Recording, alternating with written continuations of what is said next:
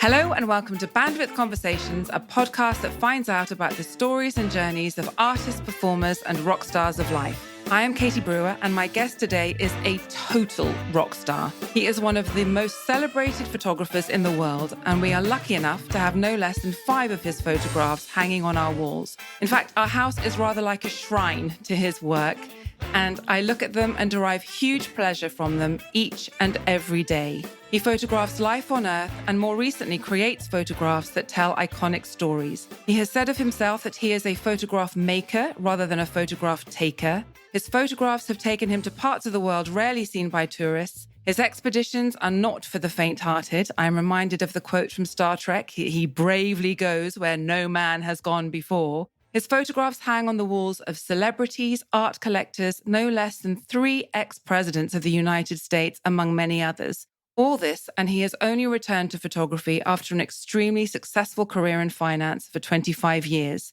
Through his work to date, he has raised over $11 million for charitable organizations.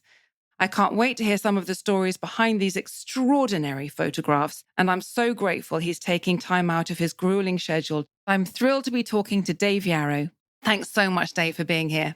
Very honoured. I know I'm following in very illustrious footsteps. So why are so many photographers angry? Well, everyone is a photographer. I read a statistic the other day that the average photographer in the world, where it is his profession or her profession, earns $36,000 a year. And that average person's life expectancy in that career is 2 years. So that's 2 quite revealing statistics that it is not a route to financial gain, and it doesn't tend to be accompanied by longevity. It is very tough to make money as a photographer. I use the example of, say, Getty Images. Getty is an aggregator of content, and if someone gets a good picture of a volcano exploding and they want to get it in papers, the best way to do it is to give it to an agency. So Getty probably have 10 or 11,000 affiliated photographers around the world. Maybe 10 years ago, the top one of those 10,000 might have been paid 600,000 or 700,000 a year, but he's the top within 10,000. Now that money would be less because there is so much content. And as you know, the magazine industry is under a lot of pressure. The newspaper industry is under a lot of pressure. So if you have a good picture, the idea of distributing it through an agency like Getty was a good idea 15 years ago. It's a tough one now. When I take a good picture, which isn't that often, I will give it to the editor of the Times or the Telegraph for free because it's just quite nice publicity. I think given how accessible the trade is, it's entirely understandable that people that are struggling but are very decent photographers can find a degree of envy or jealousy in someone that ostensibly is no better operating that camera than them, but can be earning quite a decent sum of money. We are totally understanding of that. And I think it is up to us to set high examples in terms of philanthropy is an integral part of what we do, but also being constant in our commitment to the pursuit of continued excellence. A question I often get asked is, why do you work so hard? And I think that's a bit like asking Rory McIlroy, why would he, on a bleak Wednesday morning like today where it's raining, put 300 balls in a bunker and do 300 bunker shots? Is it because he needs to pay for Christmas? No, it's just he doesn't want to lose his position, and he's passionate about retaining the skill set that has got him to the position that he's in. So whether it be in sports photography, where I started, where the practitioners are so able, or in wildlife photography, I'm not a wildlife photographer, but I'm in huge admiration of a lot of wildlife photographers, but they are recording reality. And the recording of reality is not necessarily on art's lawn. The whole concept of art is that it should be an interpretive medium. And art and photography have a very tense relationship. I have monetized my skill set through the art market. We have tilted our whole effort towards addressing an art market where photography does have that uneasy relationship. I was watching Planet Earth the other day. What an extraordinary, amazing documentarial series, something that Britain does best. But it's not necessarily art, it's recording reality. For those photographers, because I'm sure you're the target of some of their envy, what would you say to them? I often have these conversations. And by the way, so many of the photographers I do meet are absolutely charming, delightful, supportive, celebratory. And I would always say, look at yourself rather than look at other people. I remember the chairman of the Tate Modern a few years ago saying to me, he's a man that has an encyclopedic knowledge of everything from Warhol to Hockney to Basquiat, whatever, saying to me straight in the face, of all the forms of supposed art in the world, the one that will never get on my lawn is photography. And of the genres of photography, wildlife photography would be the one that would never, ever even I would consider getting on my lawn. And I remember saying, why? And he said, because I know what a giraffe looks like. I don't need to be told by someone in Africa that this is a giraffe. And then even worse, being told that it's art. So I think to understand that art is an interpretive medium, and it's not so much about what the practitioner is taking, some of which is so laudable and incredibly strong. It's whether people want to put it on their wall, because that's ultimately what that transaction is about. Do people want to put it on their wall? I remember Art Miami, which is always the biggest week of our year, we had a moment where we had a picture that was signed by DiCaprio and Scorsese, and it sold for $200,000. And I thought it might make a few headlines. It did, but not so much as a banana that had been sellotaped to a wall, and the banana went for more than my picture. I was in awe of the banana, which, by the way, went stale 3 days later. But it was still so smelled, I would have thought as well. My pictures are only worth a old stale banana. Well, let's jump back. You were born in Glasgow. Yep. I listened to a speech Max Hastings gave, and he talked about his mother being ferocious, super tough on him when he was young. And as an adult, he decided to confront her and said, well, no, why? Why were you like this to me? And she said, no one who has a happy family life ever makes anything of themselves. As someone who has made a lot of themselves, how was your upbringing? It was the curate's egg in some ways. The parts that were good were the fact that I loved living near Glasgow. I loved the football at the time. It was when Celtic had a very strong side and full of very famous players. And Celtic was a Catholic club, and we were brought up in a Protestant family. But irrespective of that, my dad would take me every Saturday to the Celtic games. I could never understand at the time why he would park his car about a mile from the stadium, wear a balaclava and a big hood, and then walk from the stadium a mile away. And that was because no one could recognize him as a Catholic club. I was too young. Actually, I still don't understand it. It seems very anachronistic in 2023.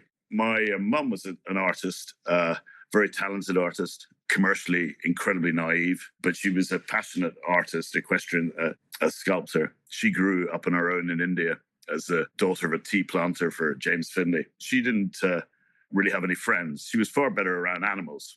Her biggest friend was a mongoose to keep her free from the snakes. So she grew up in a Roger Kipling, Rikki Tikki Tavi kind of environment. And whereas my father was a tough industrialist working in the yards of the Clyde in the very militant, union-ridden era of the 60s and 70s and 80s. And it was a very tough time to be a shipbuilder and employing a lot of people. And the marriage didn't work because they were chalk and cheese, other than the fact that they knew how to throw a party, and they had 3 children, and I was the youngest, and they split up when I was about 8. And I was sent away to a boarding school, I think, when I was about 7.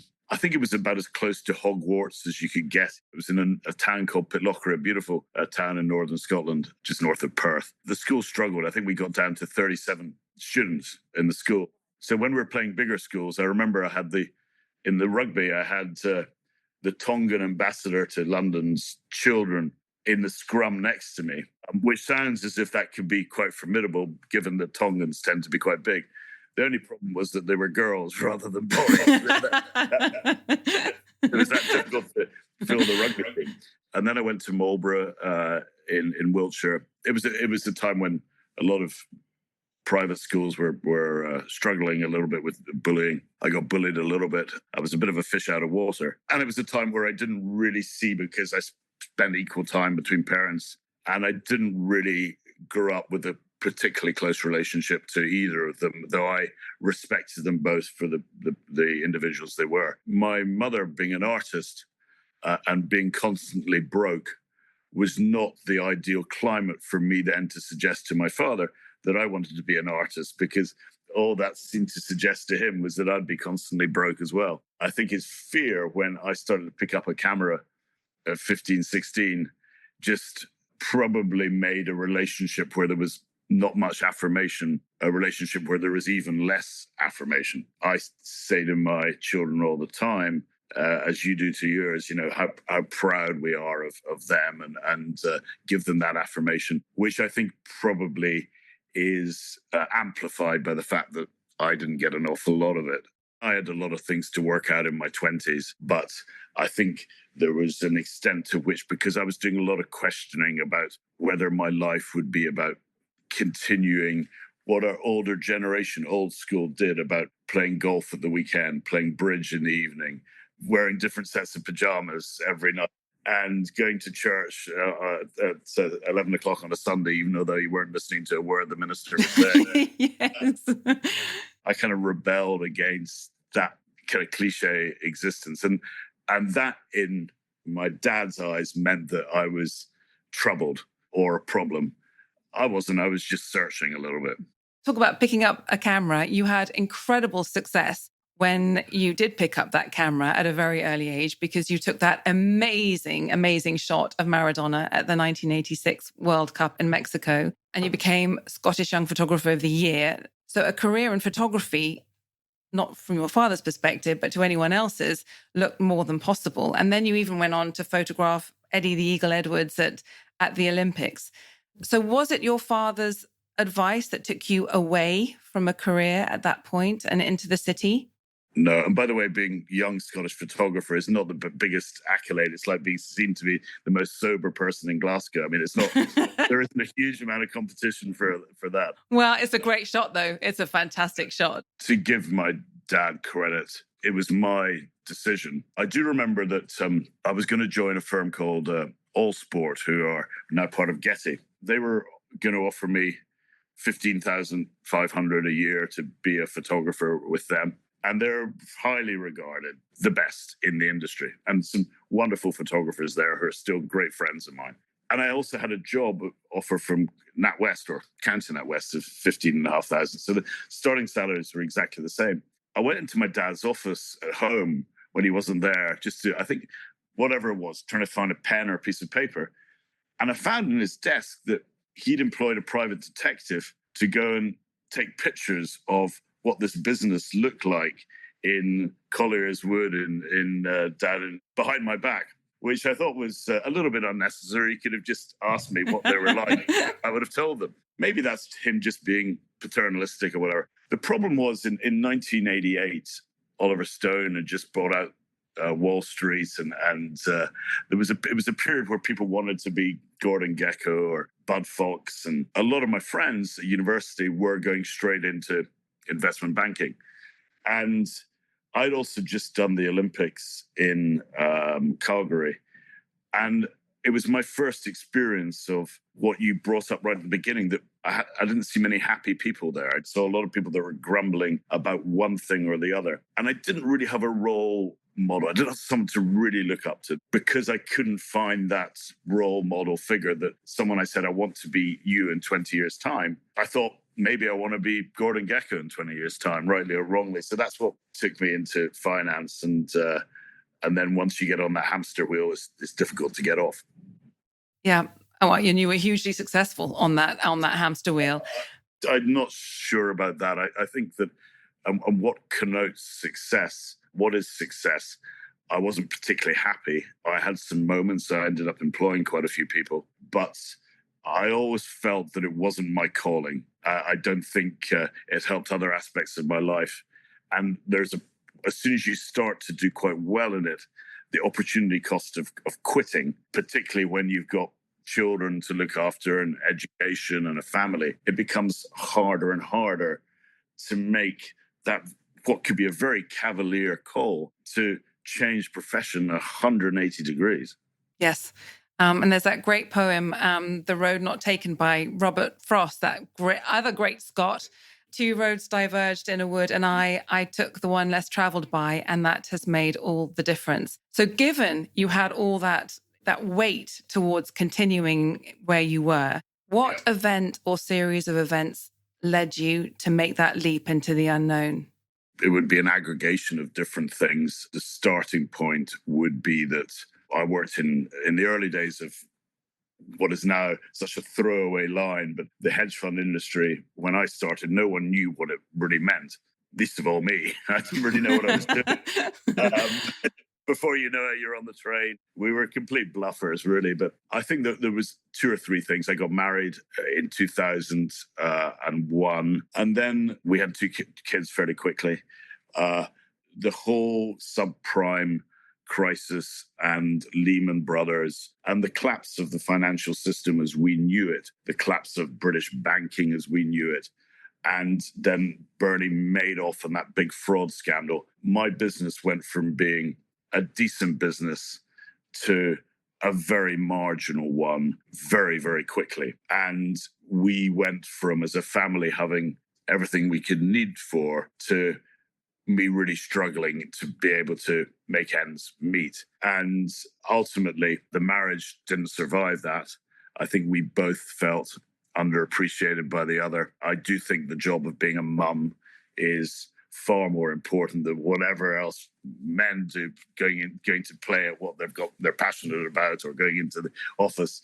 Sometimes you need to grow a little bit older to recognize that. And equally, the other way around, there has to be an understanding that money doesn't come without hard work. So I think it was a combination of the fact that the collapse of banking as we knew it, through things totally beyond our control, had meant my business would be very vulnerable and difficult to go forward.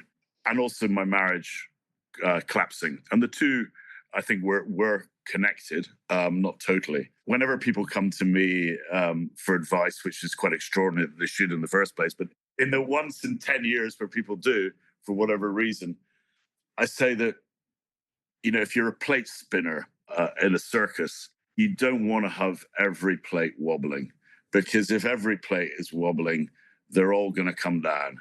And I had my marriage plate wobbling. I had my financial safety wobbling. I had my career wobbling. And the only thing that wasn't wobbling was my passion for photography. I used to actually sleep at some stages. This is quite a confession, Kate.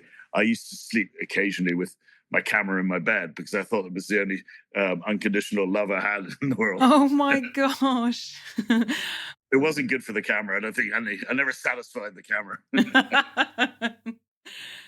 Looking back, because I would say, as you and Jane, your ex-wife, are now more happy as an unmarried couple than most married couples are. So if your marriage had continued, would you have been able to be the photographer you are today? Absolutely not. I think we both look back on that and the irony of the circle of life and what life throws at you, in that if we'd stayed married and I turned around to her and said, listen, I'm going to quit that job and I'm going to go and be a photographer, but I'm not sure about the kids' school fees, and we are going to holiday in Southport. No, by the way, Southport is lovely. So anyone listening from that part of the world, it's not. But let's go somewhere else. We're going to holiday at Butland.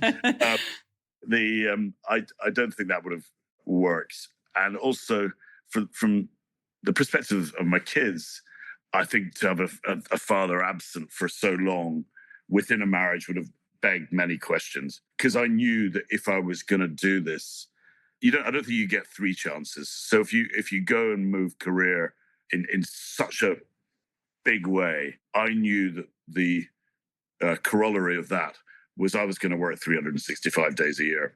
People tease me about it because they say, David, when was the last time you took a holiday? And I would reply, well, I'm so lucky that my life now is one big long holiday because I'm doing exactly what I love. But the idea of so many times over the last 10 years, people have said, come on my boat around the Mediterranean for a week. I'd rather shoot myself. And actually, I can't. I'm sure the boats would be very nice. But so the answer to your question is no. And I often say, people ask me, what is the number one thing that got you to the position you're in? And the answer surprises everyone, which is I got divorced. If I hadn't, I wouldn't be where we are now because she'd have left me, certainly. So, sure. And now it's come back full circle where I go to Amsterdam in a few hours for a show. And Jade's there doing her MBA. Jane's running our foundation. My son works for me. So we'll all be there for the show in Amsterdam. That idea would have been inconceivable when I was sitting in front of Bloomberg screens in 2008. I interviewed Jason Watkins, who is an amazing actor, and he won the BAFTA for playing Christopher Jeffries in The Lost Honor of Christopher Jeffries. He came to our house to do the interview, and he loves your photograph, Mankind, which I still think is probably my favorite of all time. And it's a photograph of the Dinka tribe in South Sudan. And I told him that it was your first Christmas, I think, without your family. And you decided that instead of sitting on your own and being lonely, you were going to go and take this photograph. We then had this interview, and he lost his daughter to sepsis when she was 2.5 years old. And when I asked him about how he came up with this extraordinary performance, he pointed to your photograph and said, well, it was a bit like that. It was a grief performance. So would you agree that extraordinary achievements often follow profound emotional events? I can't speak for other industries, but photography is a language of emotion. If you asked a group of collectors or the people that represent me around the world what the key word in photography is, I think the most common answer would be emotion.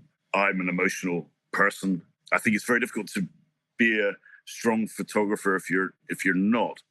One of the world's great photographers, Ansel Adams, said that photography is not about a camera, it's about the poems you've read, the music you've listened to, the loves you've lost, the loves you've made. In other words, what he's saying is it's a kind of outer manifestation of your inner heart. I'm one of those guys that I can be 35,000 foot above Greenland flying to Los Angeles, and I'm watching a movie that's a comedy like Wedding Crashers, and I'm crying, and the stewardess comes over and thinks I've got the fear of flying. And I said, no, it's just such a good movie. I'm crying.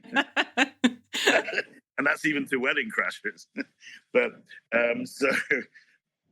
to directly answer your question with regard to grief and being, I think if your mind's focused and determined, then there's a chance that that's when you produce your best work. J.K. Rowling, one of her great quotes was, rock bottom was the solid foundation on which I built my life. So there is not one person that I know that hasn't had some very challenging times. You have, everyone has. And when you hit that rock bottom, in a way, it's quite cathartic because it is then the only ways up. Equally, I was photographing John McEnroe not too long ago, and we had this conversation about when he was at the top of his industry between 1980 and say 84, where it was just quite ridiculous. He was constantly the number one in the world for such a long period of time. And he would argue that that was the time where perhaps as a person, he was least fond of himself because the only way's down from being at that top. So it's wonderful how it works both ways. Being at the bottom isn't so bad because the only way is up. I listened to another interview that you did. If you're going down the fine art route, to be a successful photographer, you need to be represented by a gallery, and galleries only represent successful photographers. So you have this sort of cycle, which is really hard to, chicken and egg. So can you talk us through how you broke into it? I think that if you take art galleries around the world, from ones that are tiny stores, tiny little shops in a market town selling prints for 500 quid, to the big ones in London in Mayfair, or Upper East Side in Manhattan, or Miami. I don't know how many art galleries there are around the world. I'm going to make a stab at it. Let's say 250,000. I would say that 99.9% of them are crap. And they're characterized by poor work ethic, lack of business strategy, lack of good artists. To try and get into that 0.1% that are good is exactly the problem that you mentioned, because their wall space is costs money. And if you are occupying that wall space, as an opportunity cost, because they could have someone else. Jerry Maguire is one of my favorite movies because, irrespective of it being a comedy, there are so many business lessons within Jerry Maguire. The reason I mention it is that when he was a sports agent working in his old firm, he had so many sports stars to look after that he couldn't give them all the attention that they deserved. And he thought that he should go and just have very few sports stars and give them all the love that they need. Art galleries can only really look after, at best, a handful of artists well. So for you to come onto their roster tends, all other things being equal, mean that you are replacing someone. I got turned down so many times.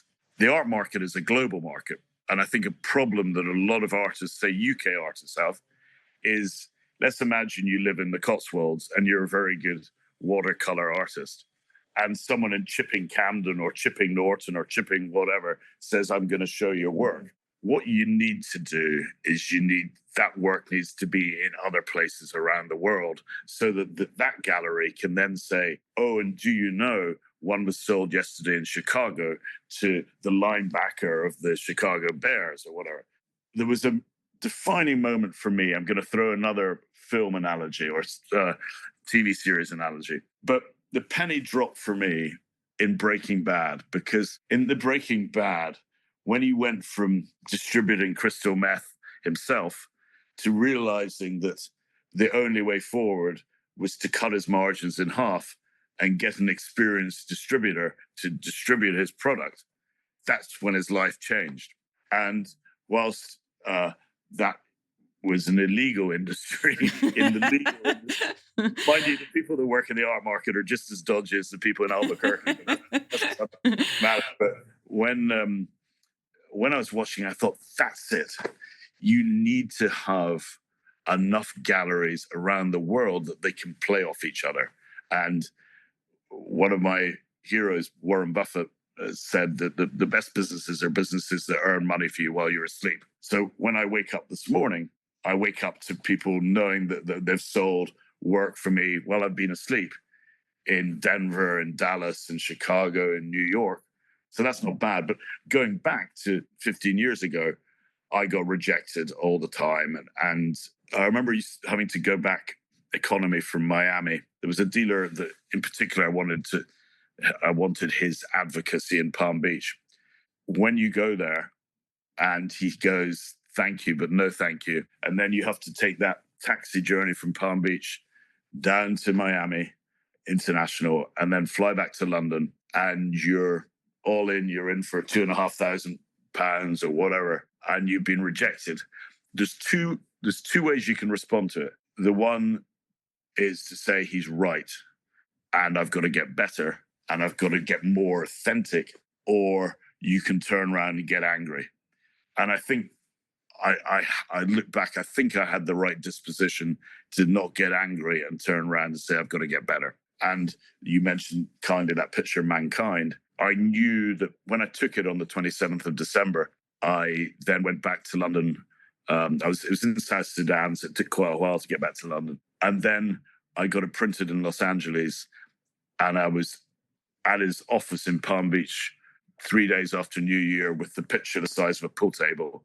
And I said to him, how about it now? And he said, right, okay, I'll represent you. And that was the tipping point moment. I think that because once I got him, I knew that others would follow. I owe Holden, that's Holden Linson, but I owe him an awful lot because he was seen as being something of the Pied Piper in terms of photographic tastes and authenticity, and for him to take on a new photographer. I was quite lucky, actually, because most of the photographers he represents are dead, and that's quite good people to compete against because they can't give speech. So he wanted a live one. Well, it was a good decision for him as well, as it turns out. I am thrilled to announce our first sponsor of the show, Hermit London. Hermit London is a sustainable fashion brand repurposing luxury hotel bed linen into one-of-a-kind pyjamas. Hermit started in lockdown 2020 and is built on the discovery that an estimated 10 million tons of luxury hotel bed linen ends up in landfill every year in Europe alone. It is being thrown away due to small stains, pulls or frays, with an average life cycle of just 9 months. Did you know that it takes roughly 12,500 litres of water to produce just one bedsheet? Founder Ella transforms this luxury, often unused waste material into individual, characterful and supremely comfortable pyjamas, giving you that hotel night sleep every night of the week. You can buy her pyjamas and read more about her mission to end textile waste at www.hermitlondon.com. Treat yourself and treat the planet. I'd love to talk about a couple of stories behind your wonderful photographs. So how did you come to be watching football with a bunch of hijackers? Oh, that's goes way back to when I went to North Korea, because we can go to North Korea and Americans can't, unless you're Dennis Rodman, the basketball player. But and I was going there to try and photograph the Supreme Leader. And I wanted to try and demystify him and humanize him. But they weren't going to let me do it straight away. The idea was that I spend a bit of time in Pyongyang with the government. And then I went over to the East Coast. In North Korea, they don't really care what you take out of the country. They care what you bring into the country. The idea of someone in North Korea watching the Housewives of Beverly Hills is not going to go down well with the government in Pyongyang, because they don't want the 26 million people there to know that there is a glorious life outside in the rest of the world. So I wanted to watch a football match. And of course, your mobile phone doesn't work. Your internet doesn't work. You have no source to the outside world. And they laughed at me when I said I want to watch a football match in the Champions League. But as I got to know them a bit better, they said, well, actually, there is one place. And I ended up, it was an Air Japan flight that was hijacked way back in 1970 at Tokyo Airport. And they were trying to go to Cuba, which is a long way in economy, never mind a hijacked plane. And they actually hijacked the plane with samurai swords. They weren't really terrorists, they were idealists. It was called the Japanese Red Army. Anyway, they got as far as Seoul, and then the hostages were released, and then they went up to Pyongyang. They only had enough fuel left. And the North Koreans and the Japanese have never really seen eye to eye. So the North Koreans said to the Japanese hijackers, welcome to North Korea for the rest of your life. And so they were put under house arrest in this house on the east coast of North Korea. But because they know what life's like outside, they were allowed a TV. So I ended up having some whiskeys with these 6 hijackers who'd been they'd all married Russian girls. So it's a bit like life in Aspen, I always say. And so, yeah, that was quite a surreal experience. And they're all very friendly, and we just don't have hijacking tendencies anymore. I think if you're going to hijack a plane, which I think is an injudicious thing to do in the first place, but don't land it in Pyongyang, because you're not going to get out of there. No, and what surprised you most about North Korea? I think the 2 things are how empty the roads are. So when you're driving from the East Coast to the West Coast, or the West Coast to the East Coast, you can go through towns of 200,000 or 300,000 people, and the highways are like a zombie movie where there are just no cars. So you're driving and you won't see a car for an hour. You'll see horse and carts and stuff like that. 2 other things. They are exceptionally good at table tennis. I mean, even I was playing a 3-year-old, and I used to think I was all right at table tennis. He beat me 23. He could barely even see the table. And there was this crowd of people watching in this beach resort. I think the third thing is they're incredibly friendly. And when I went to this beach, they do have beach resorts there, and they bring their picnics onto the beach. And I just went from one North Korean family to another. I was like, they looked at me like it's the reverse of a zoo, because like people go and look at animals in a zoo. They were all looking at me and sort of prodding me to see what it was like. Very hospitable, peaceful. They're pacifists. And I think Pyongyang's is kind of a little bit scary because it is a world so far removed from anything we've seen before. And you've got to be a little bit careful you don't take pictures of things you shouldn't be taking pictures of. I was very careful the whole time. It was a fascinating experience. And I went and did American TV shows after it. And so many good things came of it. The best one was actually Warren Beatty. He was obsessed with Korea.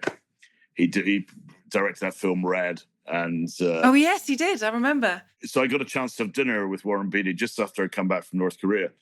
So I did a Wikipedia search of his life. And it had, at the beginning, it had all his lovers. So my opening line to Warren Beatty was, Warren, you slept with absolutely everyone. So he gave me the chance to have that line to Warren Beatty.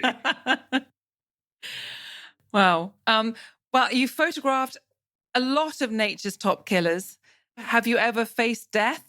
No, I mean, I think that the people are much more dangerous than animals because people can buy drugs, they can get drunk, and they can buy guns. Particularly when you do all three in the same day, that elevates the danger versus any animal.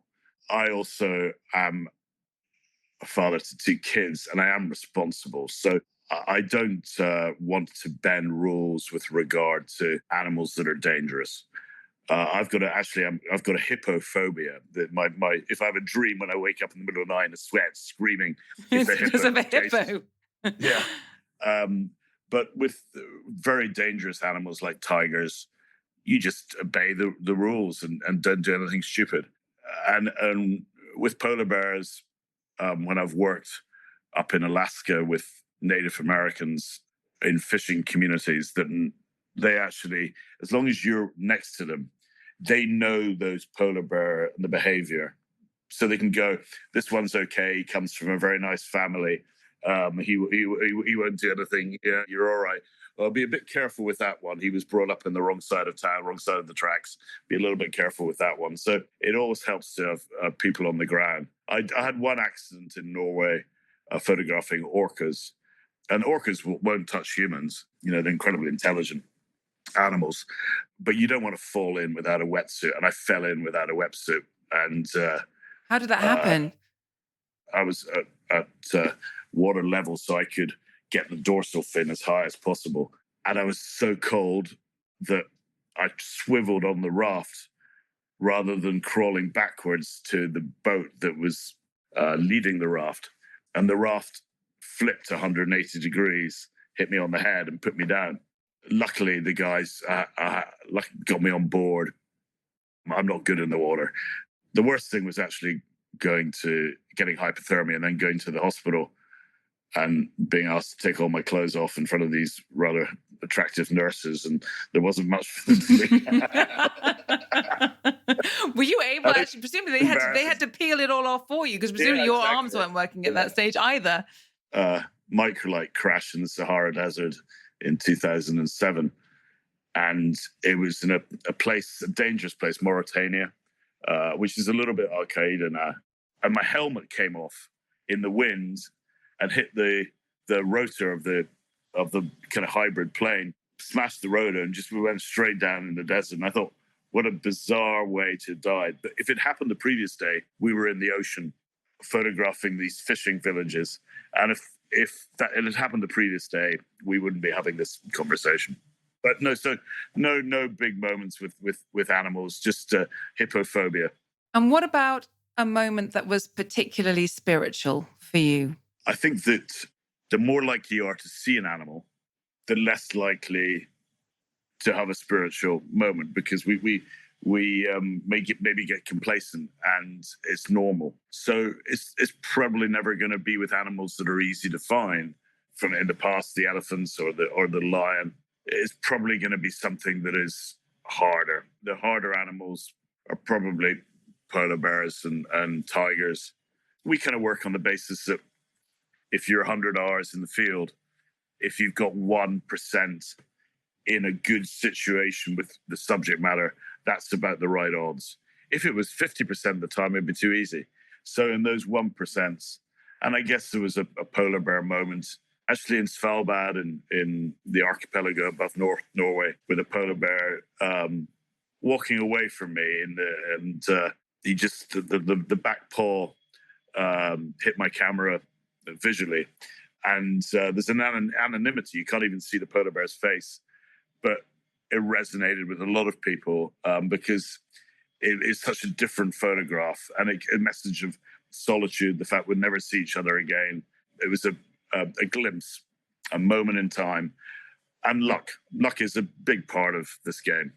Yeah, I know that photograph. It's a fantastic, fantastic one. But your focus has changed from wildlife to more storytelling now. And you're now filming supermodels, actors, sports personalities, the famous and the infamous.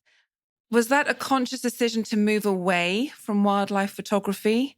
Yes. And wildlife photography as a genre suffers from the things that I talked about earlier on. It's saturated. I don't think I've helped. I think there are a lot of aspiring wildlife photographers who are very good. It is registering reality. So to go back to this point, is it enough just to register reality? And I don't think it is. But my view doesn't matter. It doesn't matter what I think. It's what the outside world thinks. And that's what I keep on going back to people. Don't worry about my view. I'm not the arbiter of what's in vogue or what isn't. If you go to Art Miami, which for us is the biggest week of the year, there's probably 200,000 pieces of art on show, maybe 100,000 across all the fairs. We do our metadata, and we reckon over the last 10 years, the number of photographs as a percentage of that number, just photographs, is about 5-6%. I don't think it's risen from 5 or 6. So 1 in 20 pieces of art you'll see at Art Miami is a photograph. Now, if you take that 5% and then say, what percentage of those are pictures of animals in the wild, then you're going 1 in 50th of that 5%. So, and what is that telling you? It is telling you that in the biggest art fair in the world, the demand, because people will show what's in demand, they're not going to show stuff that people don't want. What's on demand as wildlife photographs is 0.05%. So that's a very, very small number because art is interpretive. And if I asked 100 people what is good art, I get a lot of different answers. If I asked them what is bad art, the range of answers would narrow enormously, and they would home in on a lack of authenticity and a lack of originality and say, I've seen it before. So if you have a picture of a leopard in a tree taken with a long lens, it might be a beautiful photograph. And congratulations to the practitioner that was there to take that picture of the leopard. But I don't think the 250,000 people that go to Art Miami are going to want to see that as part of Art Miami. So I thought that much better to start telling stories. But what prompted it was a series I did in Montana where I put a wolf from a sanctuary on a bar up at 11,000 feet with guys that looked like they were all in witness protection programs hanging around the bar. We have that photograph. You do? You chose the good one. But that picture elicited more reaction than all my wildlife pictures put together. That's not me saying it. That was what the reaction from the outside. And why? Because it was original. It was authentic and people hadn't seen it before. And then I thought, well, if that works, why not bring Cindy Crawford into the bar and have Cindy Crawford with the guys from the Witness Protection Program? And that picture has now raised $4 million for pediatric cancer care. That one picture has raised $4 million. And I think I could have spent a month trying to photograph elephants in Africa, or actually a year, 10 years. I'm never going to get the reaction. Peter Beard and Nick Brandt, who preceded me in that whole area in East Africa. Peter Beard was a storyteller. He was out of the Warhol factory. He was, I knew him a bit, and his passing saddened me enormously, but he wasn't a wildlife photographer. He was a storyteller. Nick Brandt, who is a wonderful, wonderful artist, again, is a storyteller. That's what, we're all storytellers. When we go out to dinner tonight, I hope we're all not going to look at our phone, or we're going to tell stories. And so storytelling, I think, connects with people the other side that want to tell a story about a picture as well. I think I'm right in saying you have never liked being called a wildlife photographer. I think the whole concept that what's in front of the camera should somehow or other subconsciously bend back and affect the practitioner's ability to do what they do is intellectually bankrupt. I don't think someone that's a Michelin star chef precedes the word chef with French cuisine chef. They're just a chef. And when the word photography is preceded by a word that specifies an individual genre, I think it hints at a broader thing going on.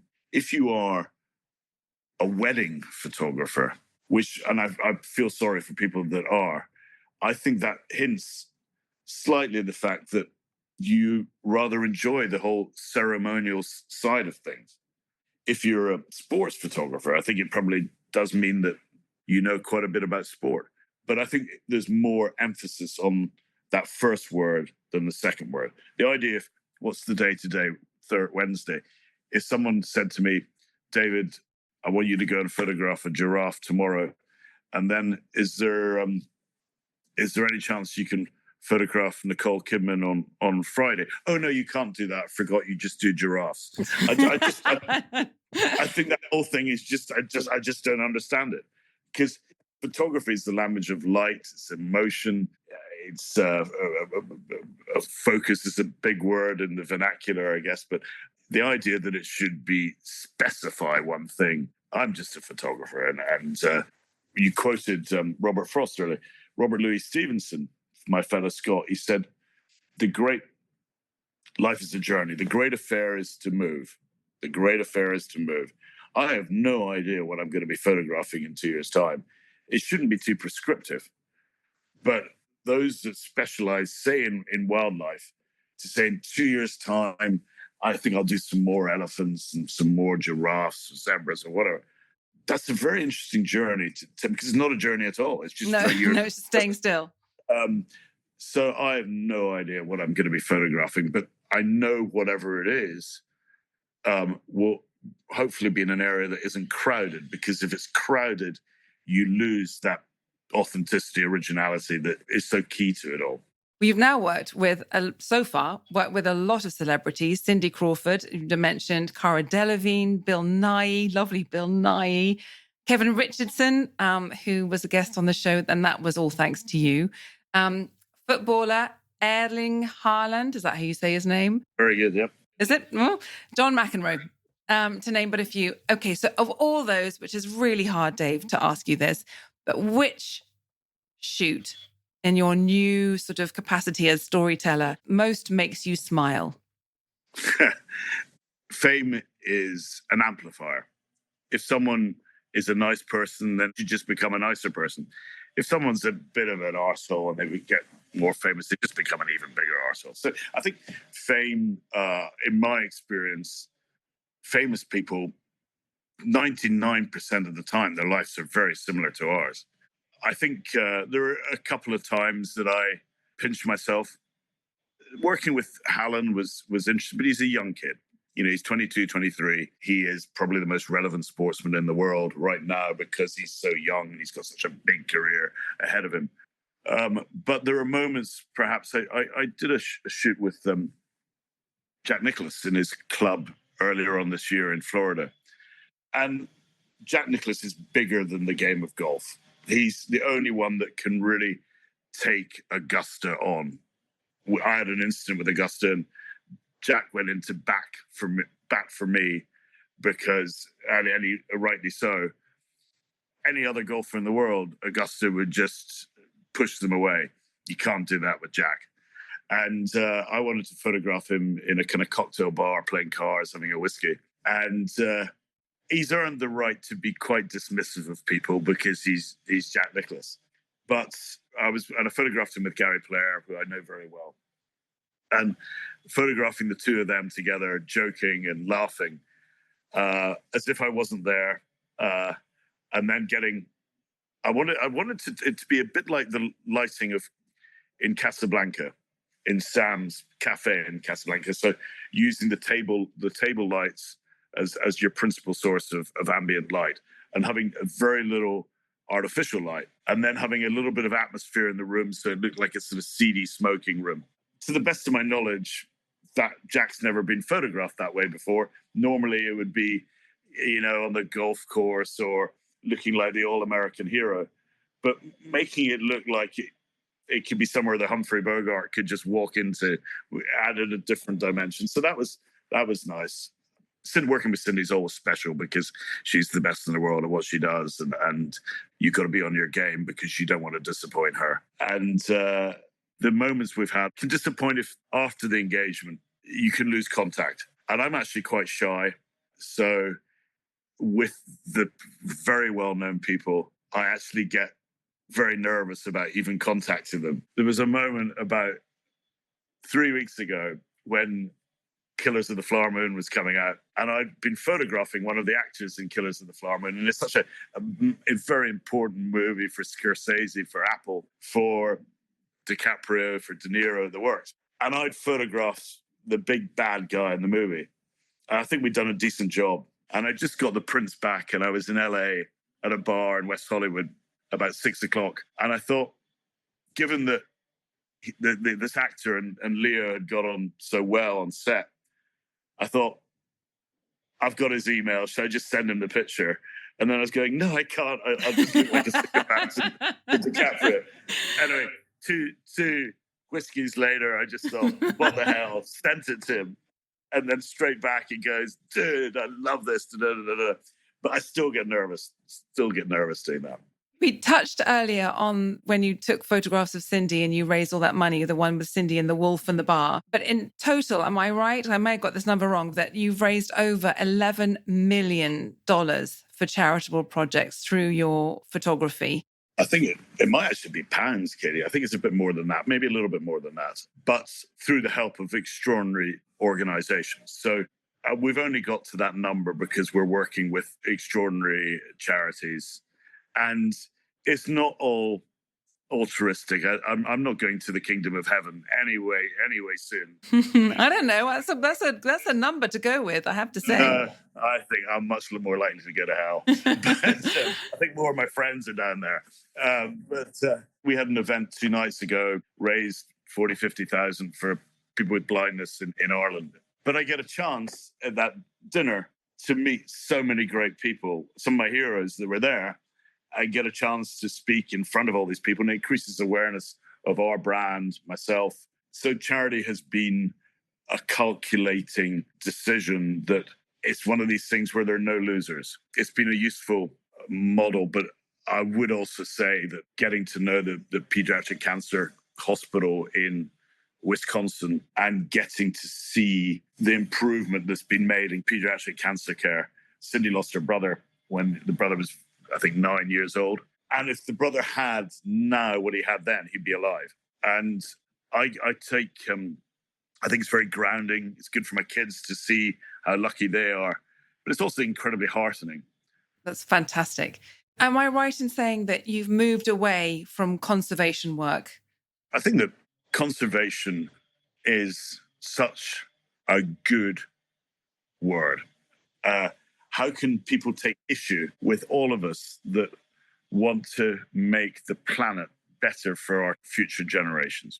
And it's impossible to argue with that and the good work that so many good people do. The problem is that there is so much politics that go with it. And I despair at some of the things that go on. I remember going to an event with David Attenborough about a year and a half ago to raise money for, I think over $1 million was raised for conservation in Africa. And outside the event, at the end, it was a black tie event, these stop oil anarchists had prevented anyone getting a taxi away in the pouring rain in the West End of London. So you've got icons like David Attenborough having to walk in the pouring rain because there are no taxis and he's too old to get a tube because Stop Oil decided that they want to disrupt a black tie event. And it's the same with Extinction Rebellion, but there is a bigger issue. In parts of Africa, there are elephant population has increased materially over the last 10 years. I go to parts of East Africa where there hasn't been an elephant poached for ages.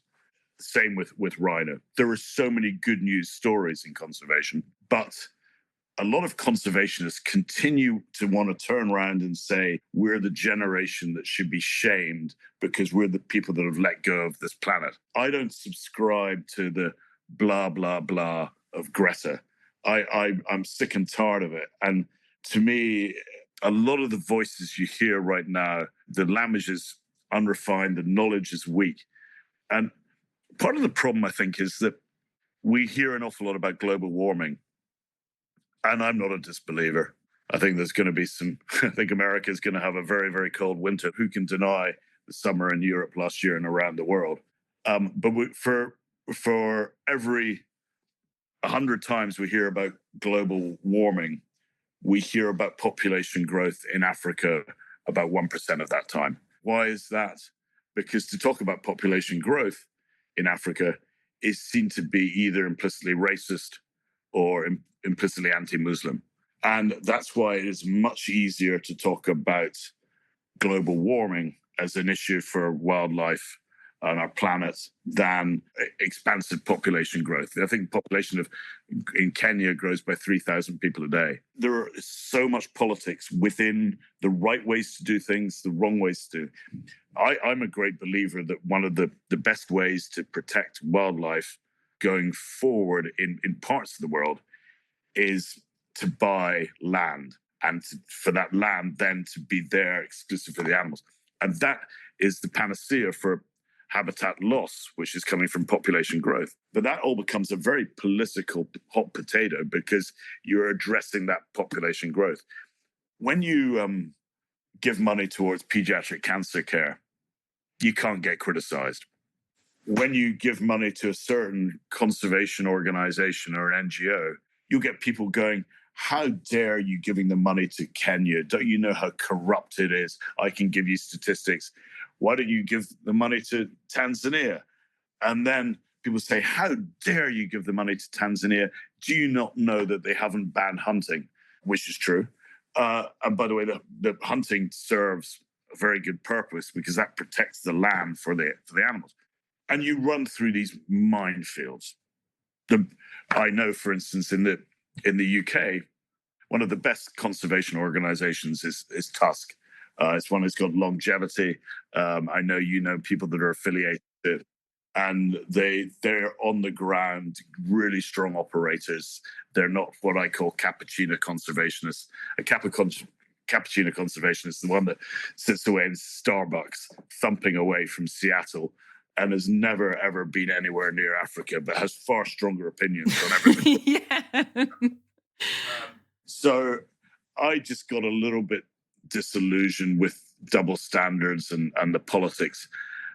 I think some parts of our enlightened era are absolutely right. And we did need to get enlightened on so many different areas in terms of corporate governance, in terms of female empowerment.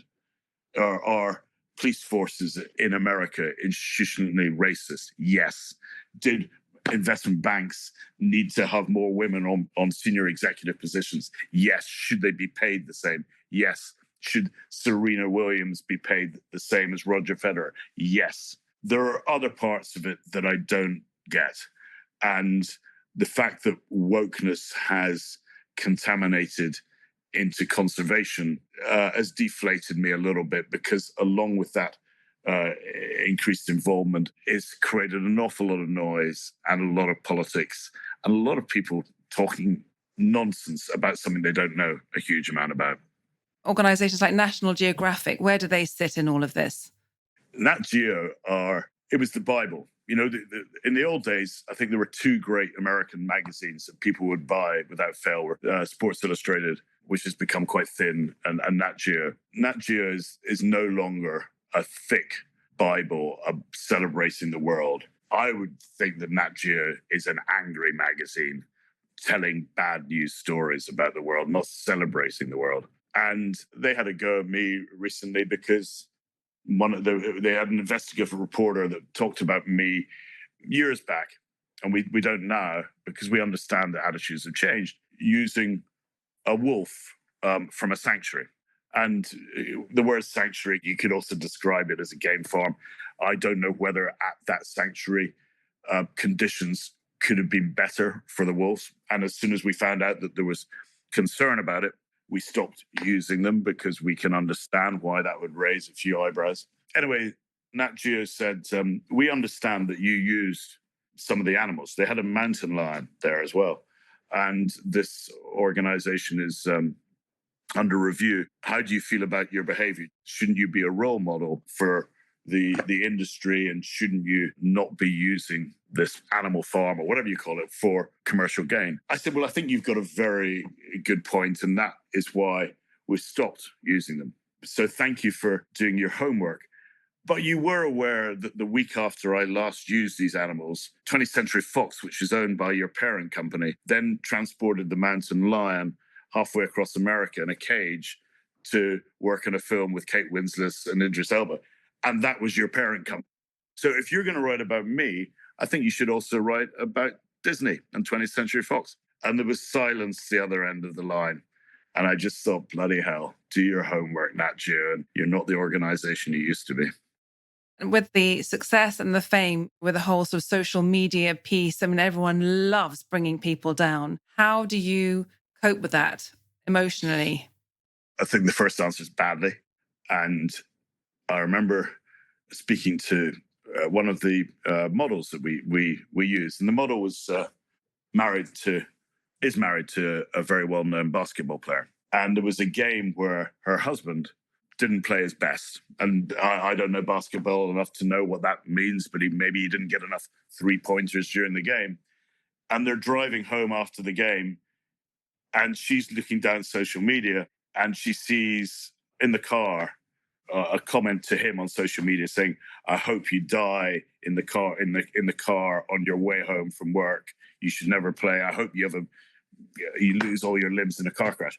The girl in question, who doesn't suffer fools gladly, then of course engaged with this person. I admire for that, but the rule is to never engage, and we're very careful right now. And my son, who you know, he's a good filter about what is politically correct, what's politically incorrect, what we can show. And I have made mistakes. The one that I think I look back on with regret is we wanted to photograph a well-known elephant, best-known elephant in the world, with a lady in front of the elephant. And the idea was that she wasn't a trophy and the elephant wasn't a trophy. There was a very famous picture that Richard Avedon took with a model and an elephant in the Paris circus. It's probably still one of the most sought-after photographs. And of course, we would never, ever consider using elephants in circuses. The elephants shouldn't be in circuses. But we did this with the full support of the Kenyan Wildlife Service, because the elephant is very comfortable in human presence. He's, despite being the oldest, biggest elephant around, he's a gentle giant. And I had the whole Kenyan Wildlife Service people, local people behind watching us film, and they were laughing a little bit because they thought that I was being quite conservative in the distancing between the lady and the elephant. I should have never posted it online, because without context and without the explanation, people were saying, "How dare you do this the woman, if the woman had been charged, the elephant would have been killed. Da, da, da, da, da. And of course, there was no chance of that happening. And the people that look after the elephant were right there.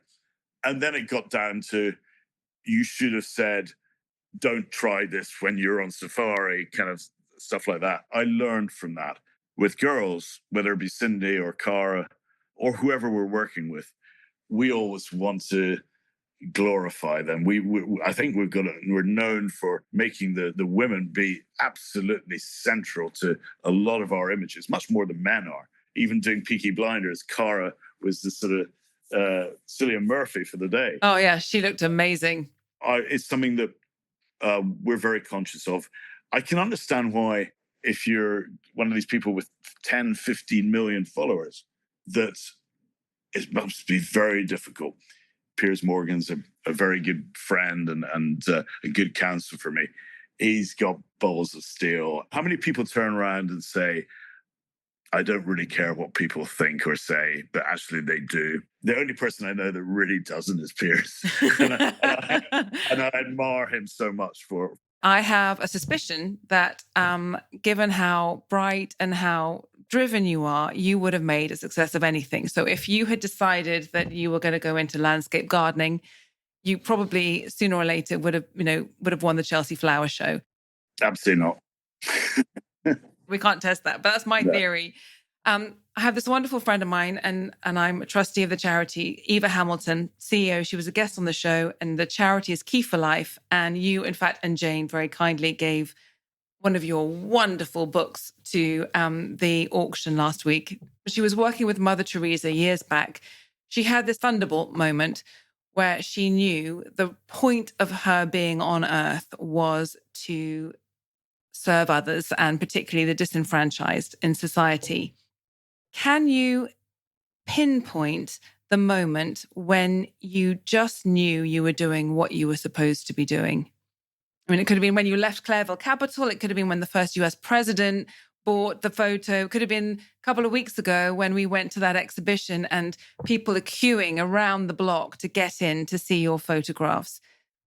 The thing is that I had early moments in my career where it was that epiphany, and yet I turned my back on it. So even the day of the World Cup final, I remember getting to the stadium 6 hours beforehand, and I had a flask of whiskey, and I gave it to the guard, and I said, "Can I just walk from one end of the goalpost to the other?" in Mexico City, and there was a little bit of fog hanging over the grass, early morning kind of mist, and I could see my footprints going from, and I knew, I said, this is the most important day of my life so far. And that was a little bit of an epiphany. I think that there was one moment in Amsterdam, funnily enough, where I'm off to in a few hours' time, where it was one of the first galleries to represent us in continental Europe. And they had a book signing on a Saturday afternoon in the gallery, like we're doing this forthcoming Saturday. And there was a queue of 90 minutes to get to, for me and my friends, Katie, I promise, wouldn't wait 9 seconds to get my so the idea that people were waiting 90 minutes, I mean, what a waste of time. But then you have to, with each one of them, I'm in awe. I said the other day, we had 4 back-to-back nights in Dallas last week, and then I flew over here on yesterday, and then I've had 2 back-to-back last night, the night before, and then we start again, Amsterdam 2 nights. So the last 10 nights, all I've had events where I have to be the dancing chicken, 7 out of 10 nights. I'm in awe of people like Taylor Swift and U2 that are performing night after night after night and giving their all. But the first time that I thought I might have 1/1,000,000th of that was that evening in Amsterdam. I think the only other pinch me moment, I guess, where I thought I'm doing the right thing was having the fortune of lunch with George W. Bush, and that was a very surreal moment. And I'd done about 30 hours homework on him and read his book and called his friends from Andover, Yale, and Harvard. And so I'd done about 30 hours. I think his chief of staff had done about 3 seconds on me, which is about the right thing. And then we just sat and talked about in his dining room at SMU and just talked about 9/11. And I thought, my goodness, I never thought I'd be opposite two-time president talking about that classroom, that moment in that classroom. We all remember where the person whispered into his ear. And I thought, whatever twist of fate has allowed me to be in a room one-to-one over, well, he doesn't drink, but I certainly drank, and ask him those questions. I thought, well, something's turned out all right, because I certainly wouldn't have done in my days in finance ever got that platform. I can imagine I'm going to be on my deathbed and suddenly I'm going to be like, oh, that's what I was supposed to be doing. So for those who are still figuring it out, are there any signposts that you should say, just watch for that moment? None of us are getting out here alive, but we'll regret the things that we haven't done more than regretting the things that we have. And I do think that there's nothing wrong with rolling the dice a little bit more. Success is 99% failure. I fail so much, and it is through failing that you eventually find a way to get there. I feel for people that wake up in the morning at the beginning of a week and they have an empty diary. That's very tough on them, but it can be in their hands to change that and go and do something. It's the life in your years, not the years in your life. So I guess there's going to be no retiring anytime soon, if ever, for you. What's that saying? You stop working because you grow old. No, it's not that. You grow old because you stop working. And I think I'm plagiarizing someone, but I can't remember who it was. But I think that's true. I think that there's nothing more energizing. Work is more fun than fun itself if you're doing something that is you enjoy.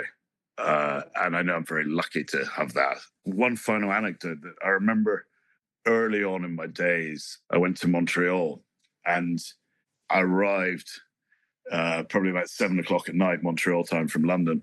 And I'd been given a contact of someone that had become a bit of a kind of gangster and entrepreneur in Montreal, French Canadian, knew a lot of people. And my contact said, listen, you should go and meet this guy and just chat. And it's 1:00 in the morning, London time. And I've got meetings the following day. And I thought, why not? And 9 times out of 10, you might turn around and say, afterwards, what a bad decision that was. Why didn't I just get some room service and go to bed? But on this occasion, I had just one of the best evenings and I learned so much. And that makes up for the 9 times where it's disappointing. So we're always taking up every invitation because some of them are going to be awful. But it just needs one good thing to happen. In Dallas last week, they asked me to go and speak at a company that sells bed mattresses. And I'm going, you really, really want me to go and speak? Is it got that bad that I have to speak in a company selling bed?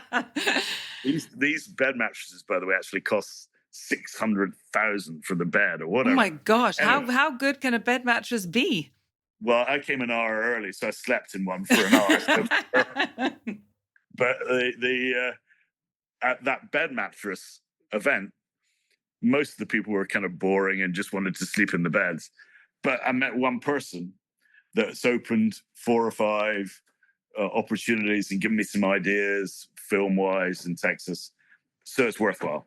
So I think you take up those offers because you never know who you're going to meet.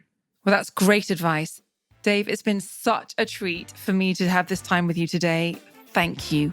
Well, hopefully I haven't said anything that's going to cancel me. Can't think. Hopefully I've been reasonably well behaved. You've been listening to Bandwidth Conversations. Thanks to Anna B., Head of Marketing, to Matthew Passy and all at the Podcast Consultant, to Bagawire for the music, to the Money Maze podcast. Thank you for listening.